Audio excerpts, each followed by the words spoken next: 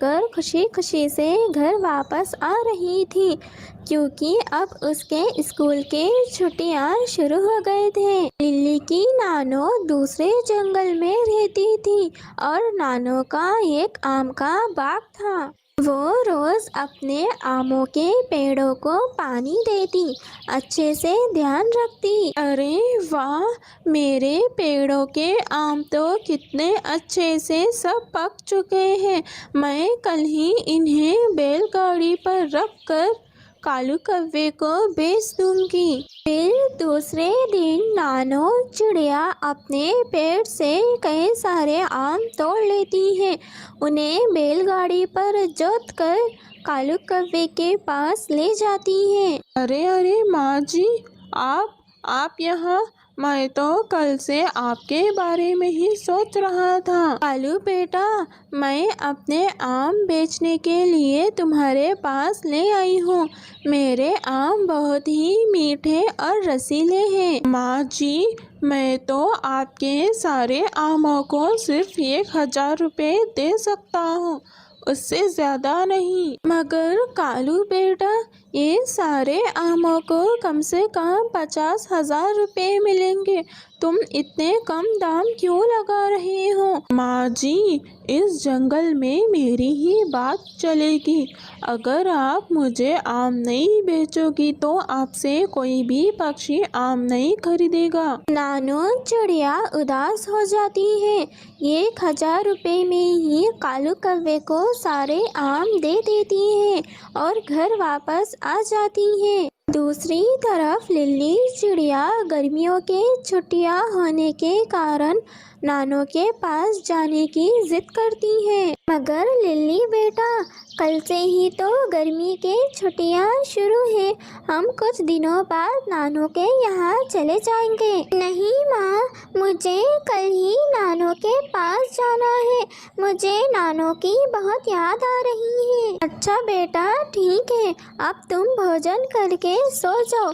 कल सुबह होते ही हम दोनों नानो के जंगल चले जाएंगे। और फिर दोनों माँ बेटी भोजन करके उस रात सो जाते हैं। दूसरे दिन रानू जरूरत का सामान लेकर लिली के साथ अपनी माँ वाले जंगल चली जाती है। रानू बेटा, मैं तुम्हें संदेश भेजने ही वाली थी, इतने में तुम ही यहाँ आ गई हो। बहुत अच्छा किया तुमने। कल से लिली तुम्हारे पास आने की जिद कर रही थी, इसलिए सुबह ही मैं इसको तुम्हारे पास ले आई हूँ। दूसरे दिन नानो अपने आम बेचने के लिए कालू कौवे के पास जा रही थी। तभी रानू अपनी माँ से कहती है, माँ, आजकल आमों के भाव बहुत ज़्यादा हैं। क्या तुम्हें अच्छे पैसे मिल रहे हैं? क्या रानू बेटी, तुम ये क्या कह रही हो? आमों के भाव ज्यादा है, लेकिन वो दुष्ट कालू तो मेरे सारे आमों के सिर्फ ये क्या 2,000 रुपये ही देता है। मगर माँ, तुम उसके पास ही आम बेचने के लिए क्यों जा रही हो? किसी और को भी बेच सकती हो ना। मगर हम कालू के अलावा किसी और को अपने आम नहीं बेच सकते।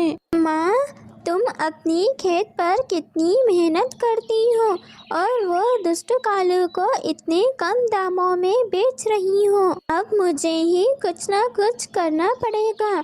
माँ, तुम लिली के साथ यहीं रुकना, मैं अभी आती हूँ। ऐसा कहकर रानू चिड़िया उसी जंगल में रहने वाले की कबूतर के मंडी पर आती है। देखो चिड़िया, इस जंगल में सिर्फ कालू कौवा ही आम खरीद सकता है। अगर मैंने तुमसे आम खरीद लिया तो कालू कौवा मेरे साथ कुछ भी कर सकता है। कृपा करके अब तुम यहाँ से चली जाओ। ये सब सुनकर रानू को बहुत गुस्सा आता है। वो तुरंत इंसानों के बस्ती में किसान की पत्नी के पास जाती है। माँ जी, मेरी माँ ने बहुत मेहनत करके आमों की खेती की है। अब वो दुष्ट कालू कौवा मेरी माँ से कम दामों में आम खरीदना चाहता है। मैं उन आमों से आम का अचार डालकर जंगल में बेचना चाहती हूँ। अरे वाह चिड़िया रानी, ये तुमने बहुत अच्छा सोचा।